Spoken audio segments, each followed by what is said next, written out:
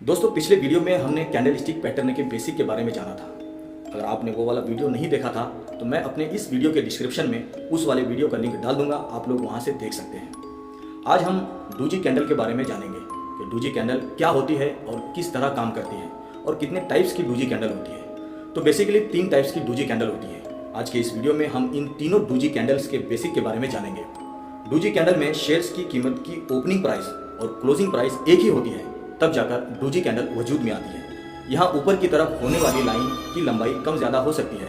डूजी candle से हमें यह पता चलता है कि इस वक्त मार्केट में सेलर्स और बायर्स के दरमियान एक कन्फ्यूजन क्रिएट हो रहा है। दिन के दरमियान शेयर्स में उसकी खुलने की कीमत की तुलना से ज़्यादा कीमत से ट्रेडिंग हुई, लेकिन शेयर्स के बंद भाव उसके खुलने की कीमत की एकदम नज़दीक आया होता है। इसका मतलब यह होता है कि बाजार में खरीदी या बिक्री करने वालों में से एक भी पक्ष अपना वर्चस्व साबित नहीं कर सका।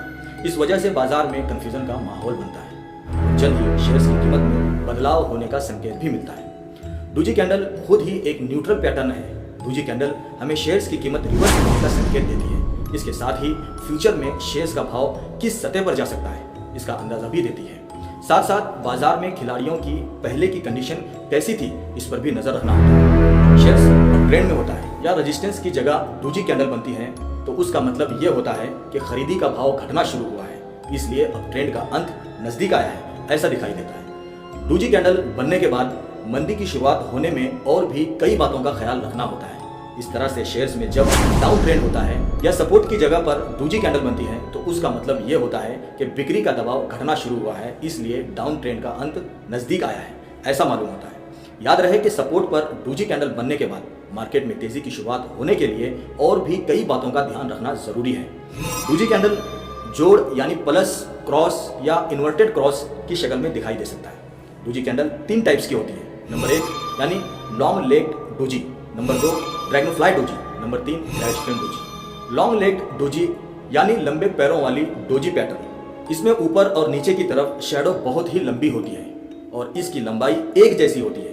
इन टाइप्स की डूजी कैंडल बनने के बाद ये पता चलता है कि दिन के दरमियान शेयर्स के भाव में बहुत उतार चढ़ाव आया, लेकिन बंद कीमत उसकी शुरुआत की कीमत के पास ही आया। इस वक्त हमें शेयर्स की कीमत में बड़े पैमाने पर कंफ्यूजन होने का संकेत मिलता है। साथ साथ शेयर्स की कीमत में बहुत जल्द बदलाव आने का अंदेशा भी होता है। इसी तरह शेयर्स की ओपनिंग प्राइस और क्लोजिंग प्राइस दिन के दरमियान ऊंचे से ऊंची जगह पर आई तो ड्रैगनफ्लाई डूजी जैसी कैंडल वजूद में आती है। इसमें निचली कीमत की वजह से नीचे की तरफ लंबी शैडो बनती है। यहाँ ऊपर की तरफ कोई भी शैडो नहीं होती।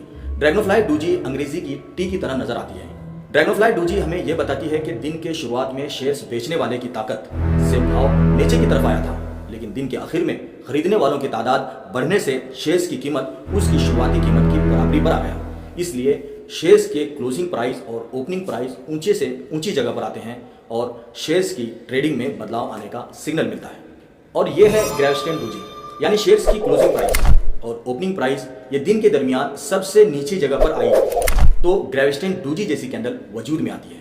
इसमें ज्यादा कीमत की वजह से ऊपर की तरफ लंबी शैडो बनती है, यहाँ नीचे की तरफ कोई शैडो नहीं होती। ग्रेविस्टेंट डूजी हमें उल्टे टी की तरह दिखाई देती है। ग्रेविस्टेंट डूजी ये बताती है कि दिन की शुरुआत में शेयर्स खरीदने वाले की ताकत से कीमत बढ़कर ऊपर जाती है, लेकिन दिन के आखिर में बेचने वाले ज्यादा होने की वजह से शेयर्स की कीमत गिरकर उसके ओपनिंग प्राइस के करीब आ जाती है। इस वजह से शेयर्स की क्लोजिंग प्राइस और ओपनिंग प्राइस एक जगह पर ही आ जाती है और शेयर्स की कीमत में जल्द ही बदलाव आने का संकेत मिलता है।